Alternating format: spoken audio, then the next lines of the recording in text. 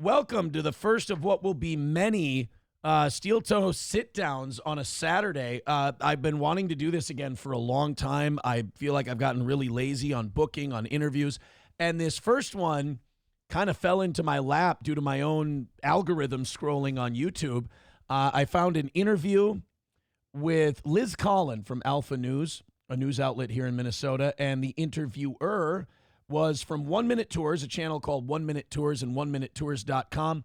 Minneapolis resident, YouTuber, commentator, what have you.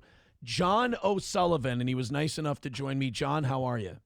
Hey, doing well. Thanks for having me. I like that the first one of these is a Minnesota guy, because you and I were talking just a little bit ago, and even outside of Minnesota, there's a history of people outside of our state kind of being a little fascinated with the dynamic. Is it Democrat? Is it Republican? We've got Jesse Ventura in the mix back in '98. The state almost going for Trump 2 out of 3 times.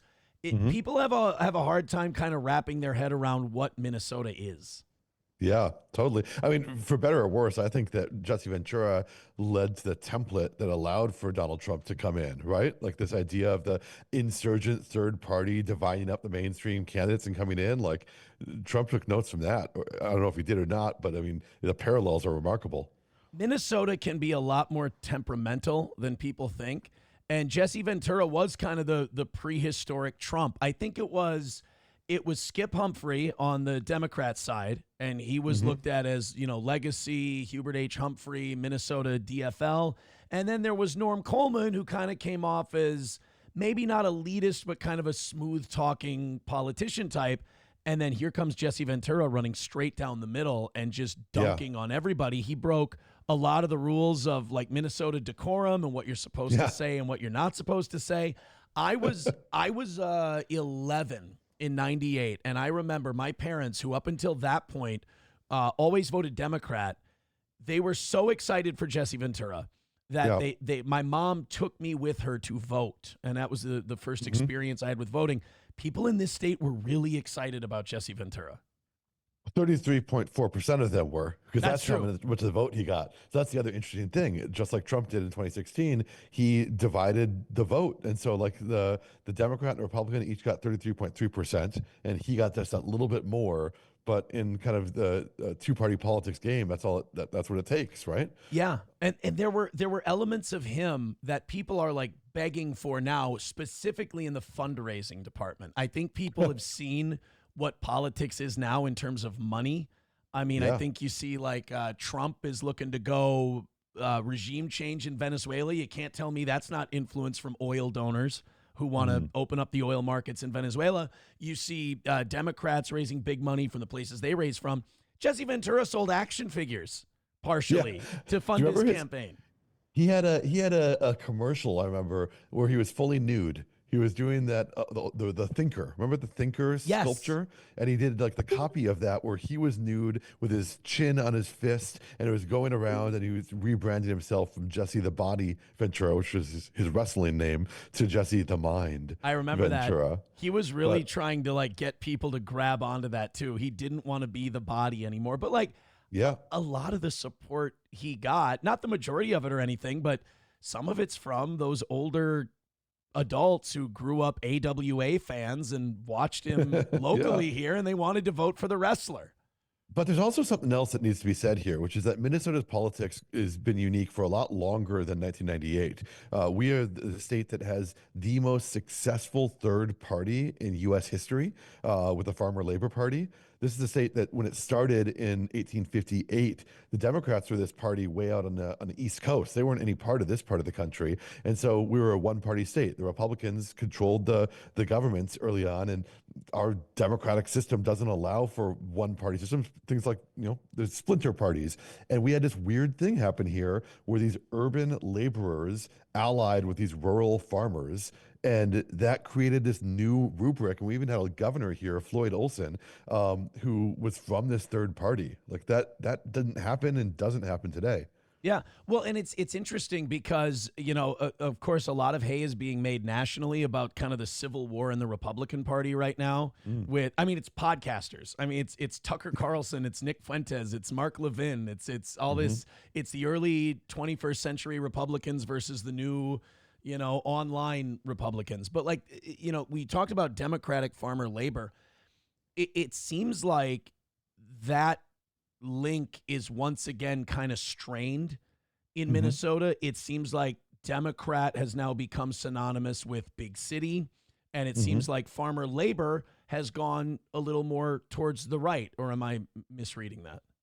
Well, yeah, I mean that's the thing is you said you skipped a step there when you said democratic farmer labor because that only happened with Hubert Humphrey. Hubert Humphrey brought this Democratic Party from the East Coast and merged them with the Farmer Labor Party. And so the DFL, we're one of the only states in the nation where the Democrats aren't called the Democrats here. Minnesota calls them the DFL. There's like this battle that goes on. Like the history of our part of the DFL party here in Minnesota is one of working class, right? But that kind of comes into conflict with the perception of the Democratic Party of being this elite coastal party, and it's something that the state did really well for a long time. We're a state that had a lot of rural Democrats and also a lot of urban Republicans, but over the last decade and a half, that's pretty much gone away like the rest of the nation. And it's kind of it's a messaging thing because I think one thing Republicans did exceptionally well is convince middle class people that they are closer to Elon Musk than they Mm, are one paycheck away from maybe themselves being on SNAP or EBT.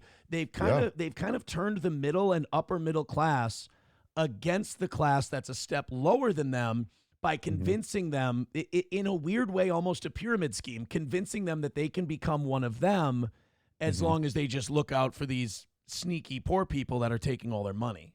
Right. I mean, if I get too deep into it, I start getting really like existential about what it means to be a I feel that human. too. Yeah. You know, like oh, we're just monkeys and tribes just trying to circle the wagons and say these are our people and those are those people. And it feels, I mean, I think U.S. politics right now feels more tribal than it has been in my lifetime. Yeah. I thought when I was in high school and all the Iraq war debates and all that stuff was happening, Hmm. I remember you'd watch the news and they go, "This country has never been more divided." And then here comes the 2008 crash, Barack Obama. Then after Yep. that, the Tea Party and Occupy Wall Street. You're like, oh my God, this country's never been more divided. And now you get to now, and I was talking to a friend of mine, God, 2 weeks ago, and we were pining for the days of Obama and John Boehner Hmm.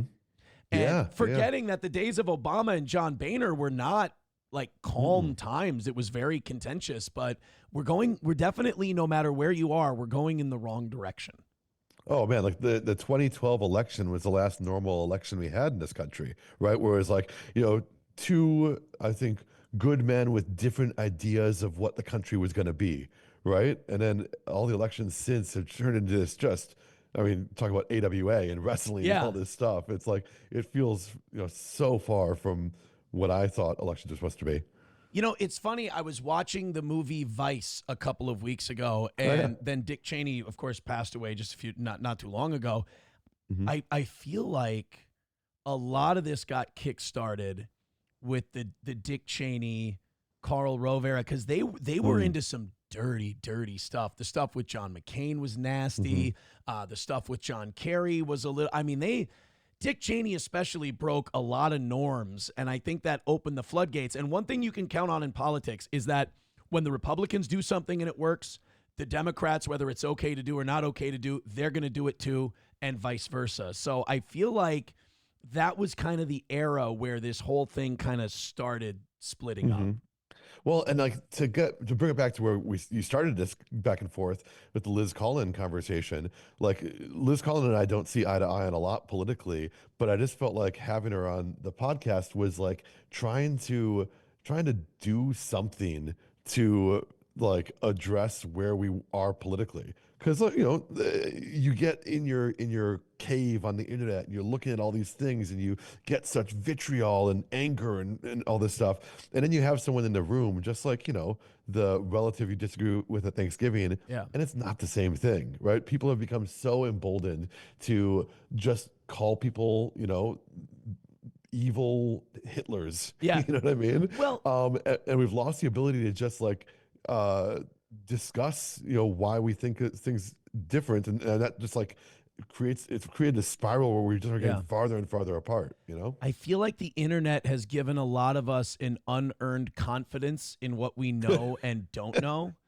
Hmm. And I think when you can just kind of split off into different parts of existence, Bill Burr calls it going to imright.com.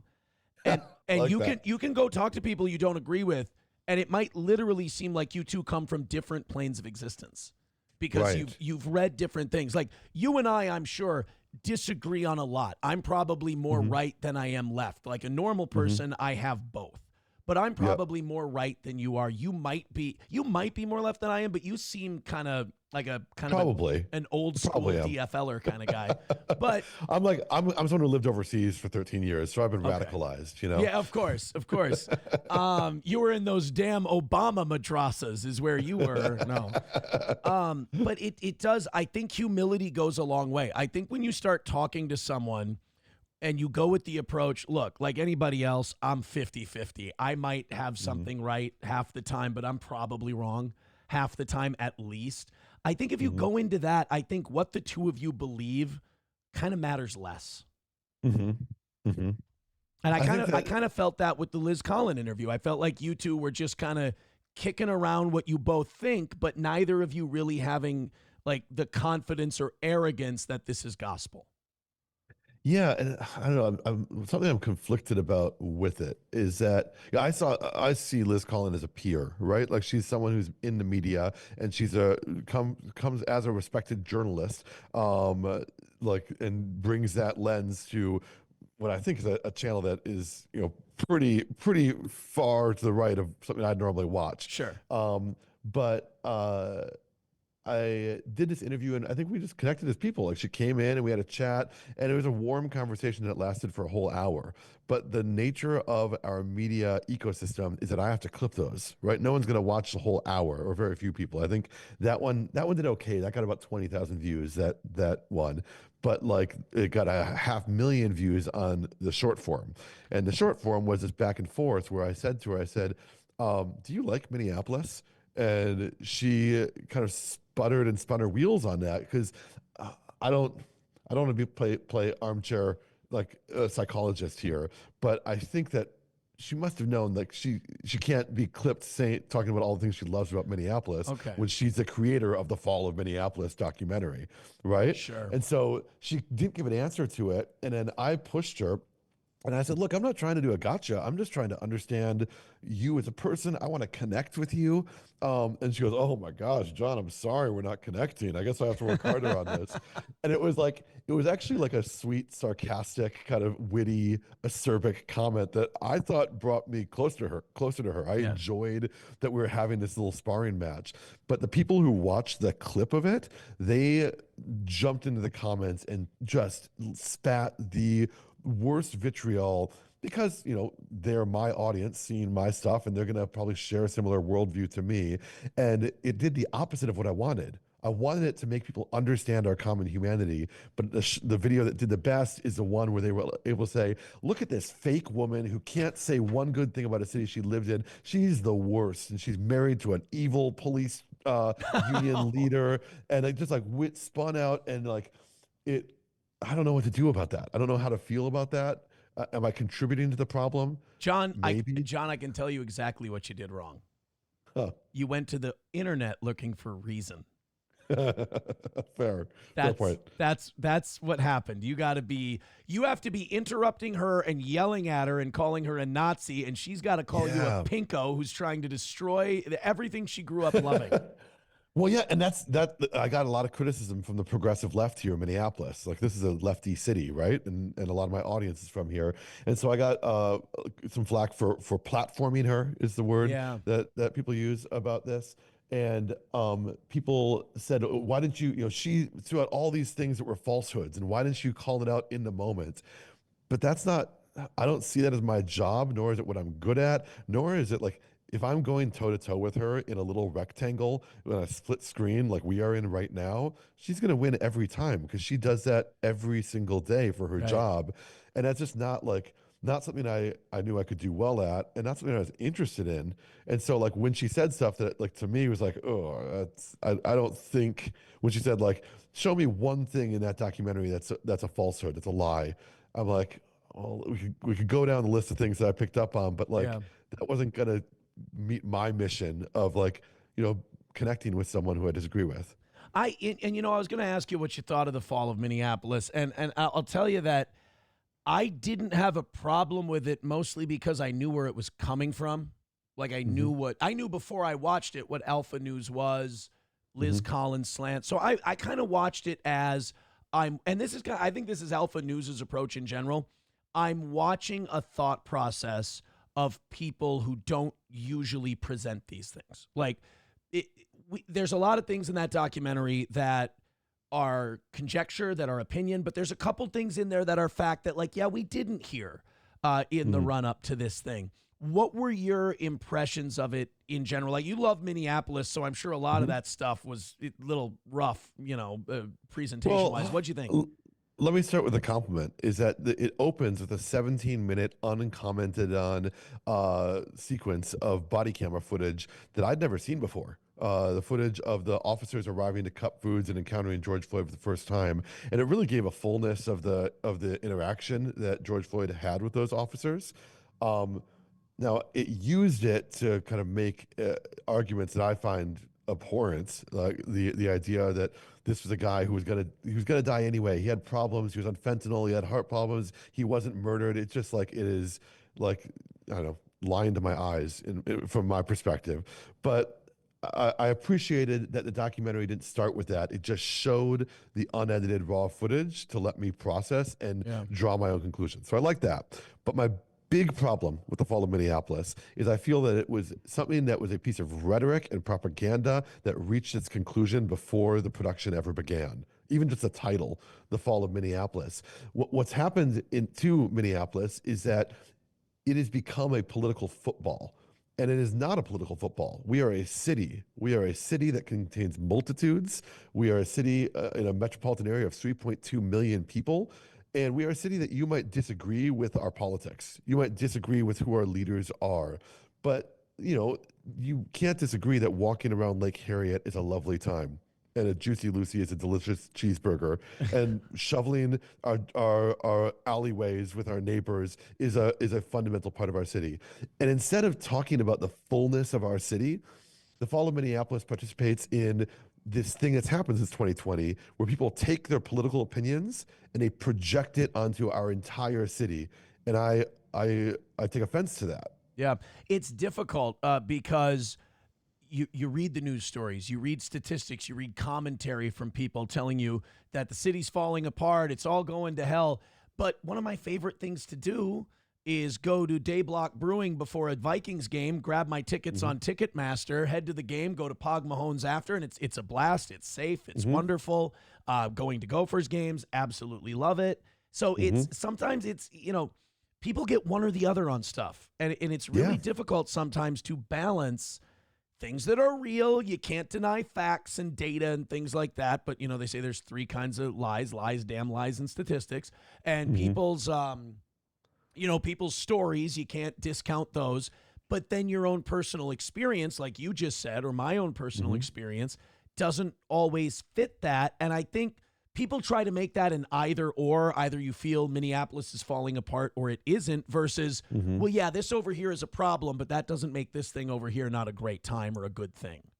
I'm raising a 2 and a 4-year-old in this city, and I go to the playground with them, and we walk around the neighborhood.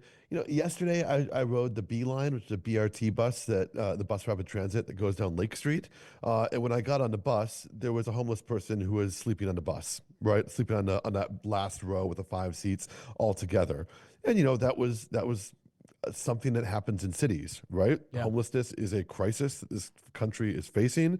Um, And we can get into all the reasons for that. But the fact of the matter is, the bus took me to the haircut I was going to, and it was something that was maybe would have been confronting to me if I'd come up and taken that bus when I was growing up in Mankato. That's where I grew up, and I didn't see that. But it was just city living. It was urban living, and I think that the statistics, the stories that I read about Minneapolis from conservative media paints a picture of this war zone that is like in direct contradiction to what I live every day. You know what I mean? Like Yeah. I see the syringes. There are syringes sometimes in like the back staircases that are not used in areas near some of the homeless shelters, for example. But then there's also like these huge community festivals that happen. We just, whether the Winteropolis just got announced over here, where they're gonna have the whole city transformed to that. Or, by the way, next time you come for a Vikings game, let me take you to a better pub, because Pug Mahone's is fine, but we got some really good ones I can take you to after. I, Like, I there's all, I go to I go to these games with absolute animals, so there's no accounting for taste. all I'm saying though is like a city is not its politics, and I think that we've gotten to this place where even now we have people moving from state to state based on the political attitudes of the state, and it seems so fundamentally undemocratic and un-American to buy into that kind of thinking. Yeah, and really, any city, any large city, it does kind of matter where you go in that Hmm. city. Like, I don't think anybody would confuse certain parts of I don't think anybody would confuse, say, or at least the way it used to be when I went there, uptown with Hmm. some of the more maybe higher crime problem areas of Minneapolis. I mean, there is no one Minneapolis. It's not a Yeah. monolith. There are different sections of the city. I mean, do you know what? I'm talking to you right now, and out my window right here, I can hear the light rail going by because my office is on the corner near Hennepin Avenue, right? I'm at the Okay. Hennepin Avenue light rail stop out here. I would not go. I don't really go to Hennepin Avenue at 2 in the morning. And when there is gun violence that occurs here on the weekends, that's where it happens over there. But I'm here Monday to Friday during the days because that's what people who live in a city understand. They understand that you Yeah. go to certain places at certain times. And, if I were in my 20s, I might be going over there more. But I'm, a 40-year-old with kids and families, and I'm not out till 2 in the morning Right. unless I've done something seriously wrong. Exactly. So you mentioned we talked about the Liz Collin thing. We talked about the fall of Minneapolis. You talked about this was interesting to me. You said that you saw body cam footage of George Floyd's encounter with police that Hmm. you had never seen before. Hmm. I had seen that long after the stuff with George Floyd, but I saw it a long time after, kind of like you did. I don't know. It's hard for me. I said that I kind of took the fall of Minneapolis for what it was because you said they Hmm. came to a conclusion in the beginning. I kind of assumed that was their conclusion going into watching it. Um, is it true? Like, I kind of want to fact check it with you, but I don't know if Sure. you know. Is it true that they didn't allow all that body cam footage in Derek Chauvin's trial? That seems strange to me. Oh, that's out of my wheelhouse of See, I knowledge, don't. really. I thought I'd ask you because I heard I it in was the living, documentary, but I was like, "There's no way." but the thing that gets crazy, I struggle with this whole conversation is that like we all saw that cell phone footage, right? Like you Yeah, saw Derek Chauvin's knee in George Floyd's neck as he is handcuffed and had four fully grown men holding him to the ground as he called out "mama" for nearly 10 minutes, yeah, right? yeah. Like that is, I don't know how you argue against that, but what happened is like we all had to, oh, like I think we all like shook our heads, like my God, like it was horrifying. It was in a moments of just I think shared humanity that the world had looking at that, of like, oh, this is bad and this is wrong. But I then the think. machine Yeah. starts to pump, right? The machine starts to pump, and then it's like, oh, but what about what drugs was he on, and what was he doing before, and what was the training of the police, and did they allow the body cam footage in the trial, and all of it Yeah. is ways to get away from that first reaction that we had, which was I think, a natural reaction of, God, that's horrifying. I don't know if any of that debate happens if the protests don't get out of control. And what Hmm. happens in Minneapolis didn't happen because I think a lot of people with certain political attitudes got angry at that. And I think they got angry. You hear a lot of people, they'll say they feel like the third precinct was sacrificed, that we didn't do enough Hmm. to stop it. And I think that's what lead a lot of people to go back and they're like, let me try and find some things that fit kind of how I'm feeling right now. And, George Floyd not getting in the car, and then the Hmm. drugs, and the medical examiner, and what was the other argument, that Derek Chauvin learned that positioning in warrior training or whatever it was. Yeah, I, yeah. I think people go back and they pick those things because when we all saw it, it didn't seem Republican or Democrat to me. When we all saw the Hmm. first cell phone footage, everyone was like, oh my God, this is Yeah. awful. I wonder, because people try to make it about race or politics, I wonder if some people's position on the George Floyd thing with the drugs and the resisting arrest and everything also doesn't come from a place of not wanting to believe that stuff can happen here. That maybe if Mm. George Floyd was on fentanyl and meth, and if he was resisting arrest, well, then there's a reason that this happened versus, oh my God, I saw a horrible thing. Mm. That's a really interesting point. Like, to what extent are we? I think as Americans, are we uncomfortable talking about what got us to be here? And it's gotten to this thing of like, you can't talk about this without all of a sudden now we're talking about wokeness, and are we like spending too much time talking about all this stuff? But it's tragic to me that the the study of our shared history and our culture has become a political thing. Yeah. Because when we grew up, it wasn't, right. When we took history class, we learned about the Civil War, and there's that great Simpsons clip when there's Apu is taking the citizenship test, and it's like, what are the causes of the Civil War? And he says, well, it was a complicated situation that had to do with states' rights and the power of the federal government. And he goes, just say slavery. He goes, okay, slavery, and then he gets it. You Well, know? I mean, Um, it did have to do with states' rights, a state's rights to own slaves. I mean, right, right. But it's so like we've turned to this place now where like even talking about something that was just understood and accepted in when we were growing up, now it's like, well, are we studying Democrat or Republican history? And it's like, why are we looking through this lens every time? Put those glasses away. I think it goes back to the internet and the imright.com thing. I want to feel a certain way. If you want to feel a certain way, you can, and you can find any number of sources that will tell you it's okay. Yeah. That you're not doing anything bad. I mean, every Democrat that fights with every Republican online about politics is convinced that they are noble and the other guy is trying to destroy or take away something that's sacrosanct to them. So I think not sitting down and not having to look at the person that you're talking Yeah, about yeah. this with and see them as a human is a Hmm. big problem. Oh, wait, are we the problem? Are we the bad I'm human being I right am now? so part of the problem. It's Yeah. unbelievable. I've been yelling and screaming, performing on the radio for 2 decades now. I'm 1000% part of the problem. But when I actually talk to, like I always say, I'm a showman. I do a show, I'm Yeah. performing.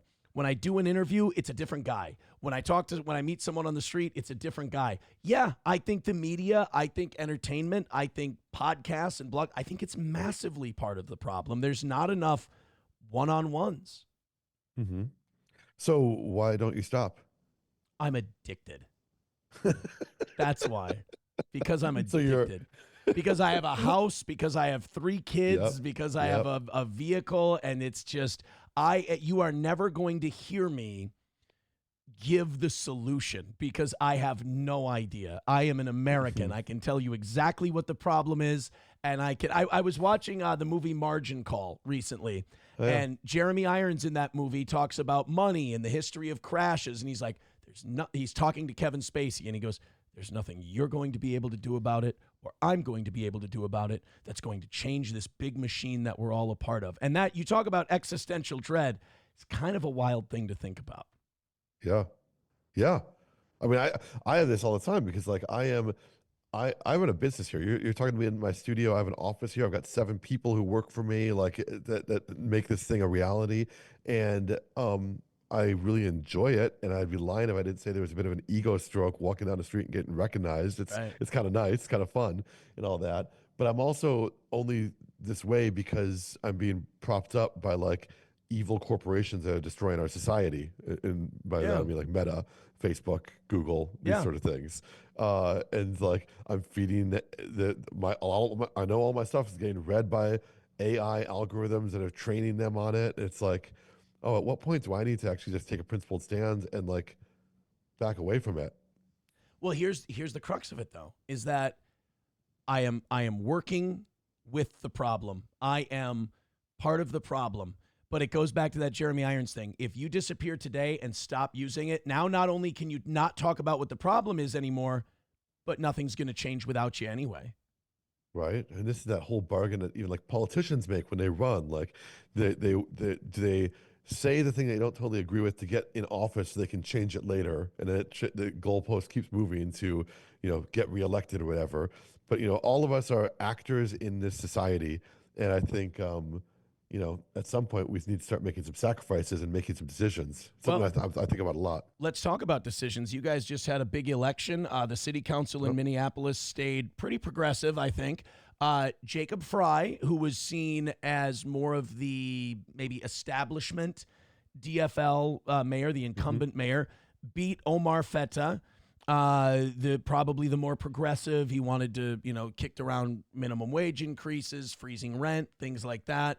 Um, I guess the question, first of all, is it, I feel like in just following it, they robbed that poor bastard. I mean, that Omar Feta, the way he got treated at the nomination thing, where he got the nomination, and then only after the fact are we now into election denial, and he didn't really win the thing, and they take it away from him. It seemed like things were kind of tilted in Fry's favor from Jump Street. I don't know anyone in the political process who didn't understand from the outset that Mayor Fry was not going to win re-election. Like from the moment that that Emily Koski dropped out, she was the traditional kind of like mainstream establishment challenger. When she dropped out, the Omar Fateh rose to the top of the kind of challenger list, and everyone said, "Oh, it's over before it started." You look at the fundraising on it, like Mayor Fry's campaign, and then combine that with the PAC that was aligned with him, raised like $10 million, and no one got even half that much. Like even all of his candidates, all his opponents together weren't even at half that much. And so it's been the weirdest thing to me because like I'm going to talk out of two sides of my mouth right now. While I don't love talking about the challenges that Minneapolis goes through because I kind of see myself as like the resistance to that of like talking about the good things we have in Minneapolis. Sure. You can't argue with the fact that like this is a city that probably has more challenges now than it has in a generation, right? Yeah. Um, and so just the fact of like the incumbent handily winning without a strong challenger, like something's gone wrong here. Um, and I think it maybe has to do with money in politics. I think it's worth saying that of the four people who are kind of the contenders here, they're all, I think, good-hearted men who wanted the city to be better. Yeah. But I don't understand why this wasn't a much more like on like chewing our fingernails sort of decision. Everyone just kind of knew how it was Yeah. going to go. Yeah, it wasn't like, well, I mean, it was kind of like Mamdani in New York, only the more progressive candidate didn't win. They kind The of mirror knew, of that. they kind of they went into election night going, this is probably Zoran Mamdani's election. Kind of went into Tuesday night going, Jacob Fry's probably going to. Actually, the fact that he didn't win on the first round votes surprised me a little because I was told that he was going to win and win handily, and it No. took a little longer.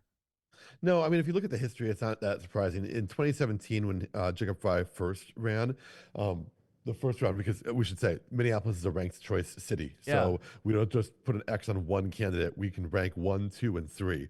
And so the way that it works is that if they tally up all of the first round candidates, and if no one gets greater than 50%, they eliminate the people who have no mathematical chance of winning, and all the people whose ballots had that losing candidate as their first choice, their second choice gets redistributed. Yeah. And so it can go through a bunch of rounds. In 2013, it went to 33 rounds, for example, where they keep redistributing the votes. But in 2017, Mayor Fry in the first round only had 25% of the vote. Now, in 2021, he'd been mayor for a while. He was the incumbent, and it was also in the defund the police ballot initiative year. But in that year, he only had 53% in the first round. So he won in the first round last time, but the nature of incumbency means typically eroding support, right? And so he only needed to lose 4 points to have it go to multiple rounds. Sure. And so Okay. that Okay. wasn't a surprise to me. Do you like ranked choice voting? Because I'm just listening to you break it down and I'm exhausted. I know it's a problem. I do like ranked choice Do voting. you? I Okay. think that the two-party system. We talked about Jesse Ventura before, right? Like Yep. that was this invigoration in our politics to have someone come from outside, and our party, our system, like it doesn't work with this. Like, do you want this party that you don't agree with 51% of what they think, or this party that you don't think of agree with 49% of what they think? Multiple parties make sense, and it Yeah. works well in parliamentary governments around the world, like places I've lived in Australia and in the UK. And so ranked choice is like a solve for that.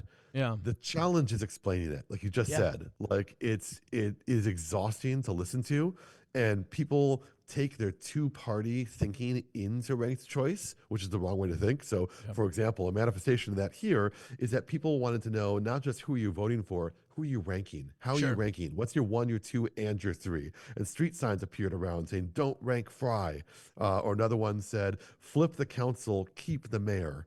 But all these things are like, it's this weird thing. It's like we put on a ranked choice mask, but we haven't fully embraced it. Yeah. Because telling someone how to rank one, two, and three is just like trying to say, hey, I know it's ranked choice, but let's go back to that one choice thing. You know Right. what I mean? Yeah. Yeah. And so, like, I love the idea of it, but we haven't quite figured out how to do it right yet. Yeah. I wanna posit a theory I have that this election in Minneapolis only made me feel more passionate about. And you're closer to the action, so you tell me if I'm just being a conspiracy theorist. I feel like a lot of the establishment, big city type Democrat, I'll just say white Democrats, Hmm. I feel like they have a view of the Somali community in Minneapolis that is vote for us, don't try to beat us in an election. Because I look Hmm. at what happened to Omar Fateh and I go, would this happen if he was a white guy? Because he was very progressive. He was a lot of what many people, and I know Minneapolis are kind of hungering for. He was Hmm. less establishment. And the guy got treated, I think, unfairly by the Democratic Party. And I worry if there isn't a little gatekeeping from the old guard. Again, that's outside looking in. You can Yeah, tell me I'm no. wrong because this is a conspiracy theory of mine. No, I think you're wrong. I don't think you're right about that. Like, I mean, we have Ilhan Omar as our congressperson. The state representative just near me is Zainab Mohammed. What's happened? I think what you're seeing here is that we're entering that phase, and all immigrants follow the same timeline. It doesn't matter if it's Somali, Hmong, Italian, Irish, German.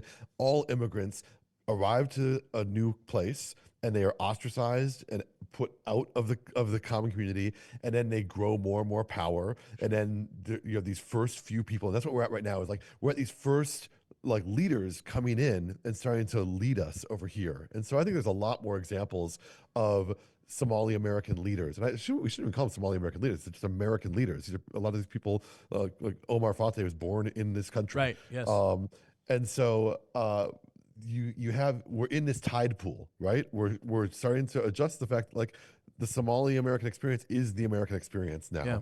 now. Um, but the problem here, I think that you're maybe misattributing, is that Omar Fateh is just not a good candidate.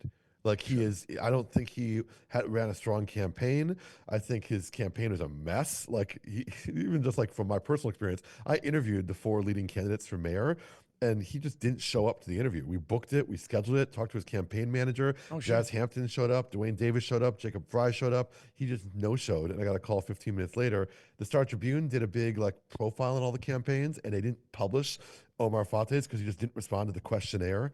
And that's something I was hearing again and again is they just weren't running a serious operation in terms of See, just doing what they said they were going to do. that You is know, interesting to know because we don't outside of Minneapolis, we don't hear a lot of that. That he was a well, kind of a disaster of a candidate. I and then I kind of inform my opinion based on something that happened when I was a lot younger, when mhm. neighborhoods were starting to change in Minneapolis. Was it? I'm trying to figure out. I don't think it was her, but was it Ilhan Omar who unseated Phyllis Khan in the legislature?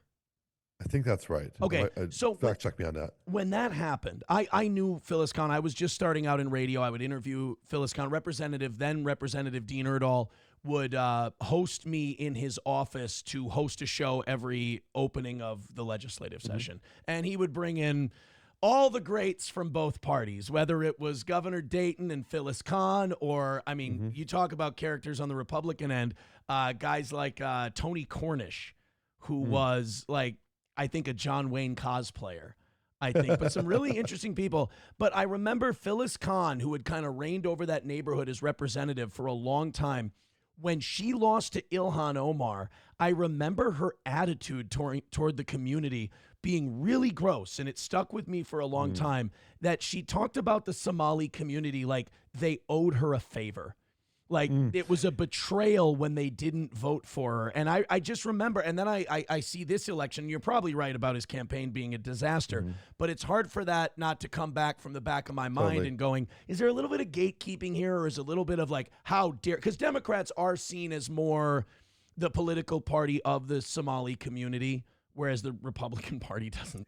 Yeah, doesn't seem to that's be. a really interesting So point. I feel like the Democratic Party, sometimes the establishment gets this attitude of, how dare you? Well, and also there's so many layers on this. So layer number one, of course, there's racism against the Somali community, right? Like even just in the comments with like when I put videos up about Omar Fateh, the number of comments that just did memes of like the Somali actor from Captain Phillips, because people think that all Somalis look alike. I mean, these men don't look alike at all. But like that's that's one thing. But then there's this other side of it of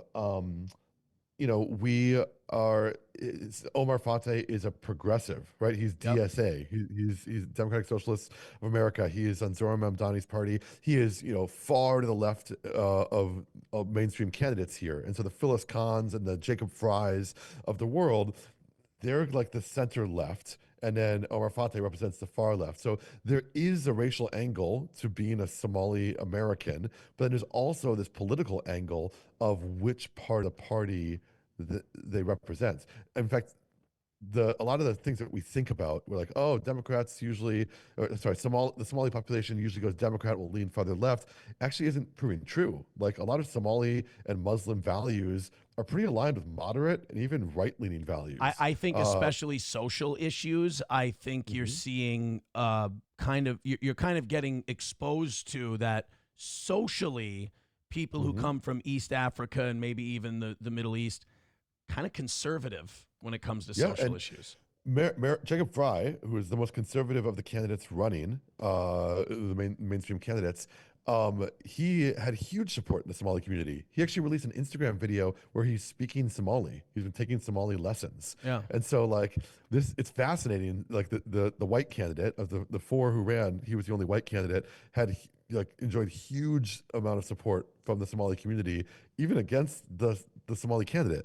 Yeah, I got to be honest with you. When I saw that, the comedy talk show host part of me was really hoping he would lose, because I wanted to see him have like a crash out where he goes, "I learned how to speak your language for you people, and you, how dare you?" The fact of the matter is, like, living in Minneapolis, like, this place has changed. I remember growing up in Mankato in the 90s when the Somali population was first immigrating over here, right? And the Somali kids were in English second language classes, and they were not part of like my high school experience. And I need to reflect on that, right? Like, why didn't I like reach out and try to connect with those people? But that wasn't a thing that I did back then. But now, like, being a Minneapolis resident is like being a part of this like tapestry. I've traveled to I think 36 countries in the world, and whenever I'm in an Uber, like an Uber is a common like immigrant job, first generation immigrant job, and so I meet a lot of Somali Germans and Somali Australians and Somali Brits, and I'll say I'm from Minneapolis, and they'll say, "Oh, I've been there." Like, I don't think we recognize here in Minnesota what a huge brand Minneapolis is globally because of the Somali population that's here. Right. And so it's not like it's fragmented out. It's not like you have the Somali neighborhood over here. Like, being part of Minneapolis is interacting with like this subculture. I think, and that's where, you and I, before we started talked about how Minneapolis and St. Cloud are going through a lot of the same demographic changes, but it's different. I think the difference between Minneapolis and St. Cloud, I think St. Cloud is more of that old-timey Minnesota nice, more passive-aggressive type, because you talk about Somalia or Somalis, excuse me, just being part of the tapestry of Minneapolis. You come to St. Cloud, and I don't know if you've noticed it. I've lived here for a few years now. It seems not segregated, but you talk about, well, here in Minneapolis, there are no like Somali neighborhoods. There are in St. Cloud. And I feel like St. Cloud is different in Minneapolis in that way. And I think it's harder to build a community when you can go, that's that part of town. That's that part of town. I feel like it's harder for people who are different culturally to form a community together when I think from both cultures, there's a level of comfort in separating yourselves, and that's a kind of a block to building an integrated community. I mean, St. Cloud's got to figure that out, right? Like, because the community is becoming Americanized, right? They are Americans, and they're voting with for the people that represent them. The state senator from neck of the woods, Eric Putnam, who's like an old friend of mine, like he got elected through a coalition of white Minnesotans and the Somali community over there. And so, if you want to be part of the change and part of the vision and the person saying that the kind of future idea of what St. Cloud's going to be, you can't continue on the journey of like segmenting out and doing that. I don't know what the cost of it is, but it's got to be addressed, I honestly think it's culture and comfort. I think that if you let people, I don't want to say let like you should be controlling them, but if you allow people to just be around people who look like them, talk like them, speak the same language, come from the same place, they'll get comfortable and they will stay there, and they won't think they're doing anything wrong.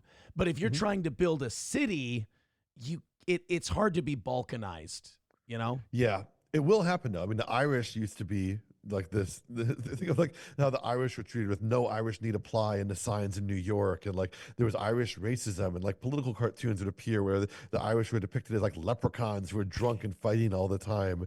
And like now, well, they like get a few right. No, I'm just kidding. I mean, like there are more American. There are 80. I think it's 80 million Americans of Irish descent today, which like pales in comparison to the 6 million Irish people living in Ireland. And so it's like that will happen. Like demographics and just generational shifts and changes mean that it is a foregone conclusion that like the way that we talk about Somali culture in 80, 100, 120 years time will be the way that we like look like nostalgically at Irish culture today. That would be great, but it does feel like we have the same political battles. I feel like the Somali community in Minnesota does get kicked around as a political football. I think the left kind of uses it to, diversity and progressivism, everything else.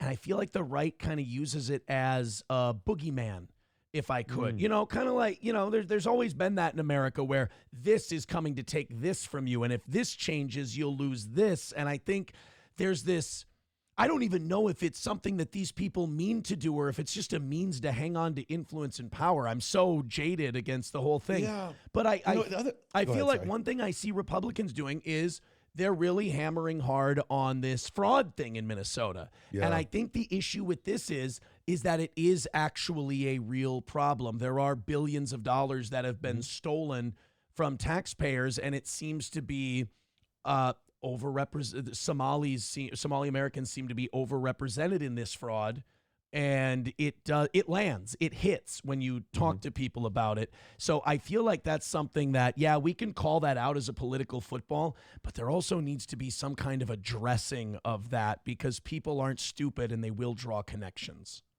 God, I mean, that Feeding Our Future scandal, that's like the best example of what you're talking about, where like it was this group of Somali Americans who were part of it, but the ringleader was a white lady. And so it was like that talking about using a football. Yeah. I said about the, I'm sorry to interrupt, but I said about the Feeding Our Future thing on the show. I said, oh, look at that. Immigrants caught up in some fraud scandal, and it's all being overseen by, the big underboss of the whole thing is some born in America white lady just running the whole thing. Like I feel like she maybe picked her partners in that intentionally, knowing they'd maybe be more susceptible. But also, like, let's just take a step back from what the politics of all this is, to just think, just like talk about like the remarkableness of having a group of people who had a country that was torn apart by war, who had to not just leave Somalia, but they didn't just come straight here. They had to go to Kenya, go to refugee Yep. camps, live there forever, have their families torn apart because your brother would get acceptance to go live in Germany, and then you'd have to go to Minnesota, and you grew up in the desert. Like that is wild. And I just think there's like a lack of curiosity that I don't understand. When I lived in Melbourne, Australia, Melbourne has one of the largest Vietnamese populations in the world. And there's a deep connection with Vietnamese culture over there, to the point where like people vacation in Vietnam. White people go to vacation in Vietnam. It's kind of like the Cancun of Australia. And like that, there's all these resorts and things. It's cheaper and all that. But there's just like people understand like a banh mi is a really good quick lunch thing to get, for example. And it's not this like, oh, I'm gonna go get multicultural food. It's in the water. And Yeah. I just don't know. I don't see that happening here, right? Nope. Like, I don't think there's this thing. There's a little tiny Somali museum you can go to in the basement of the Midtown Global Market here in Minneapolis. But there isn't just this shared appreciation of like what a journey that they've gone through and have kind of come in and become part of Minnesota's story. Well, and if you want to argue assimilation, what's more assimilating into especially white culture than ripping off the government for a bunch of taxpayer dollars? I mean, they're on that Tesla, Halliburton, BP oil track now. Did you know that if you go to Somalia, and something I really want to do, if you go to Somalia, there are like hotels named after Minneapolis. There's like the Hotel Minneapolis or the Cafe Hiawatha, because it's so well known over there. You're gonna end up. I'm not gonna say you're gonna get like a bank or anything, but shoot, I mean, you keep doing what you're doing. There's gonna be a 1-minute tours motel Yeah, when you go to I'll work on that. Mogadishu. That's the next step. Yeah, that's what you got to do. You got to become multinational. So yeah, this was I kind of wanted. We kind of naturally just kind of got here. Kind of what we're talking about now is how both Minneapolis and St. Cloud are changing, but yet they're changing very differently. Do you think that dealing with this kind of multinational, multi-ethnic diversity in a state that's not really known for it, do you think that there needs to be some kind of change in how everyone interacts with each other? Or do you think this is progressing on a timeline with Italians, Irish, and other immigrants in the history of the United States? I mean, it will. There will be a change. It's just a foregone conclusion that it has to happen. But those changes didn't come easily or naturally for the Irish and the Italians either. Like Christopher Columbus, why do we celebrate Christopher Columbus today?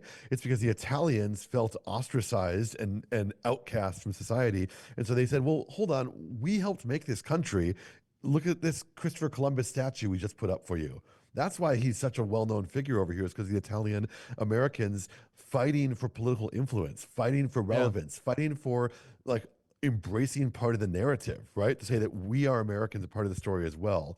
So like it will happen, but there's a lot more I think that we could do to move it along, Yeah, it's and it's tough because moving it along also means learning new things, having different things that you didn't grow up with being brought in with the things, the current culture you live in. And for a lot of people, especially I think more so in a smaller town like St. Cloud, but maybe in Minneapolis too, it's scary for a lot of people.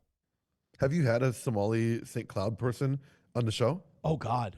We had a guy, he's not in town anymore, but we had weekly appearances by Haji Yusuf, who was a local activist. And he was so much fun to have on.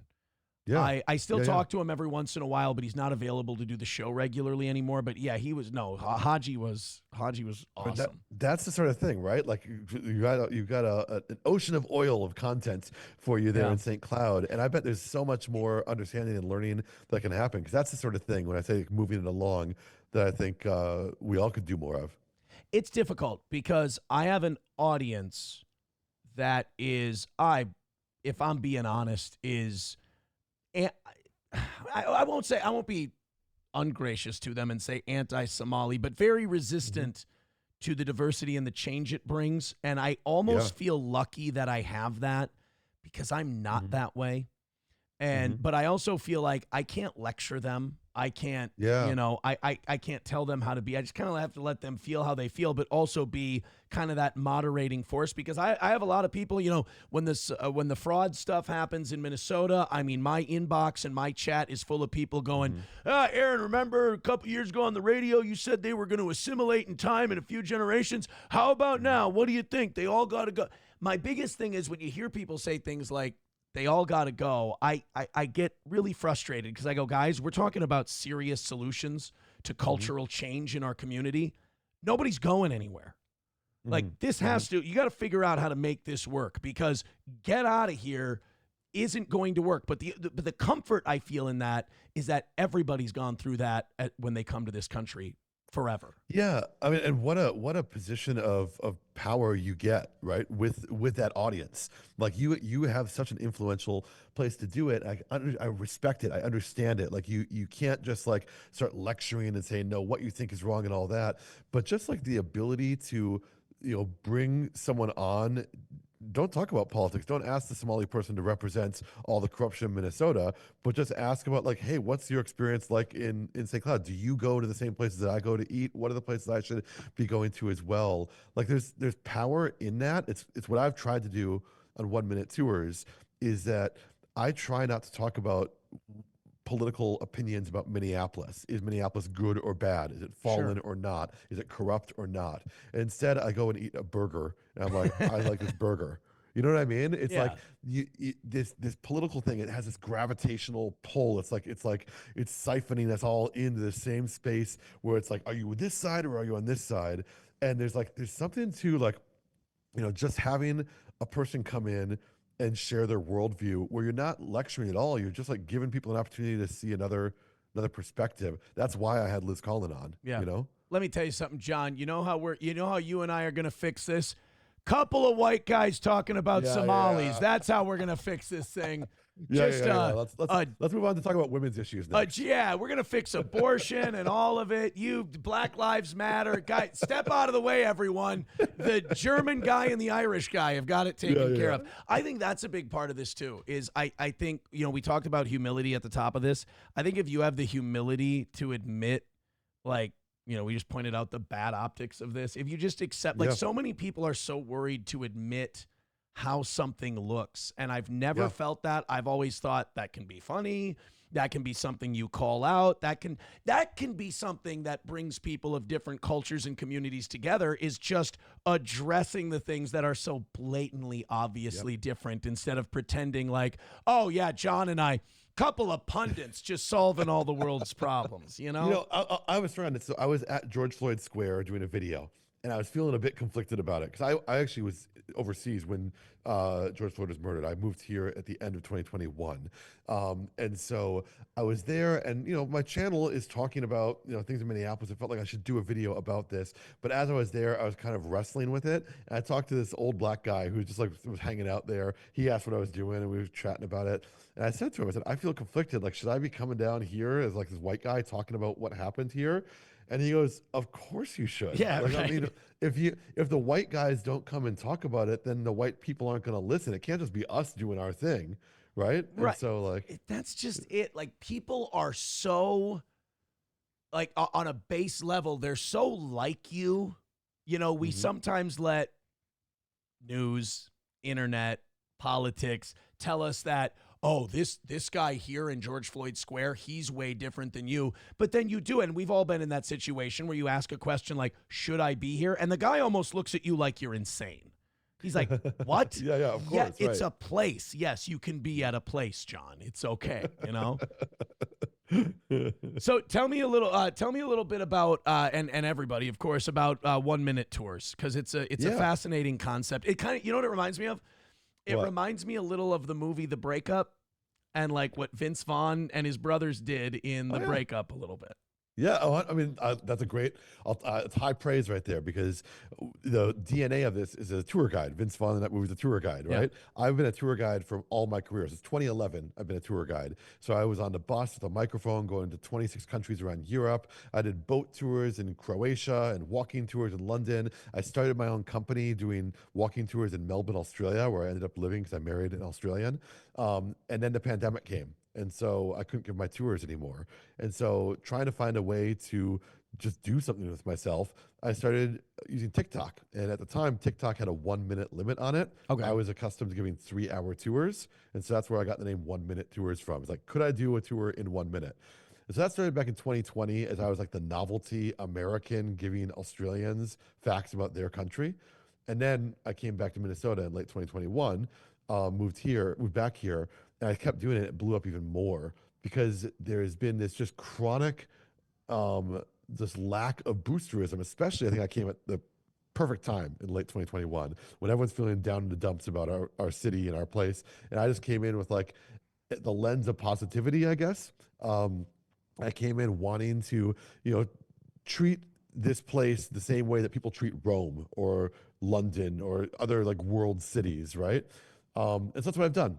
Every day for the last 5 years, I've released a video. They're always unbroken takes on location somewhere. I don't do it in the studio. I go out in the real world and I show people, hey, you know this waterfall over here? Well, did you actually know that this is the place where we chose a Minnesotan to become vice president and ultimately run for president against Richard Nixon? And Yeah. like it's a thing that people are like, wow. Yeah, So it's a that's thing where it where started. it's a thing where if you do it on a tour, it's really cool. But if you do it while you're hanging out with people, they want you to shut up. No, I'm just kidding. Yeah, yeah. That's why 1 minute. 1 minute's the key to it. But Yeah, it's turned into a bit of a media empire. So like I started with just the 1 minute tours. I posted it on TikTok and then Instagram and then YouTube and then Facebook, and now it's on whatever social media platform you choose. But then in recent times, I've started doing longer form because 1 minute, I still do it, but I want to do other stuff too. So I have a TV show I'm doing now. The TV show is called Hidden Middle, where we explore the unexpected connections that bring our world together. So this is like it's meant to be like a prestige bit of television, like something you'd see on Netflix. Yeah. And in the first episode, we show the connection between nude John Lennon and the Mall of America.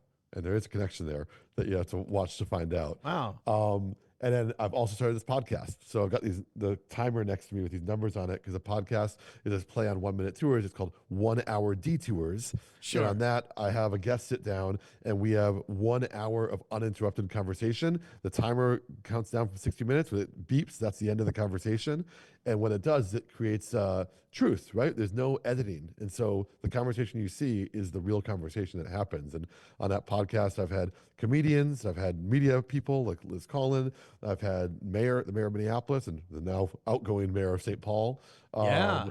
And so had all sorts of people on. I just interviewed Steve Grove, the CEO of the Star Tribune, Yeah. yesterday. That'll be coming out next week. And I had a musician on as well. So that's what I've been doing, all those things. I hate to be like the guy who only plays the John O'Sullivan hits, but I think my favorite video of yours is, and I think this place is in St. Paul, and it's run by a guy with my last name, the Straight Razor Shave Place. Oh, yeah. I was going to ask if you were related to Pat. No idea, probably somehow, but no, I've Yeah. never met him or anything. That So place is awesome. I did a I wish I could 10-minute grow facial hair so I could go. It's worth going for the haircut. Honestly, book it in and drive down. He's a legend. But I did a little 10-minute mini documentary on my YouTube channel you can find. It's the most successful video I've done so far. It's got like 900,000 views. Yep. And I get a straight edge shave and he tells me his story. He's a guy who's dressed impeccably in a beautiful vintage barber shop with like these old 1920s LA barber chairs he got shipped in from LA. But he doesn't look the part, even though he's dressed all that way because he has a neck tattoo and he has like face tattoos and all that. And he's seen some stuff in his life. Yeah, right? like he's a recovering addict. Yeah, I know his story. Like he's been to jail and all this other stuff, and he kind of did this kind of. They say when you're trying to get over an addiction, you replace that with something else, and he got kind of addicted to this, and it's really helped him out. Yeah. Just so I don't forget, and I don't mean to put you on the spot from your biggest video. What is the name of the place?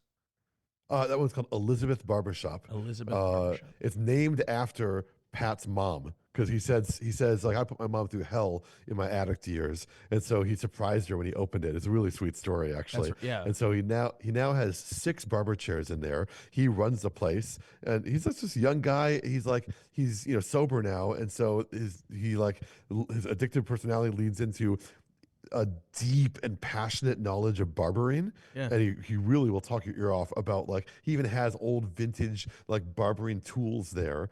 And then also he's gotten into marathon running. So he just ran the London Marathon. He told I literally got my haircut yesterday, and he said he just applied for the Sydney Marathon.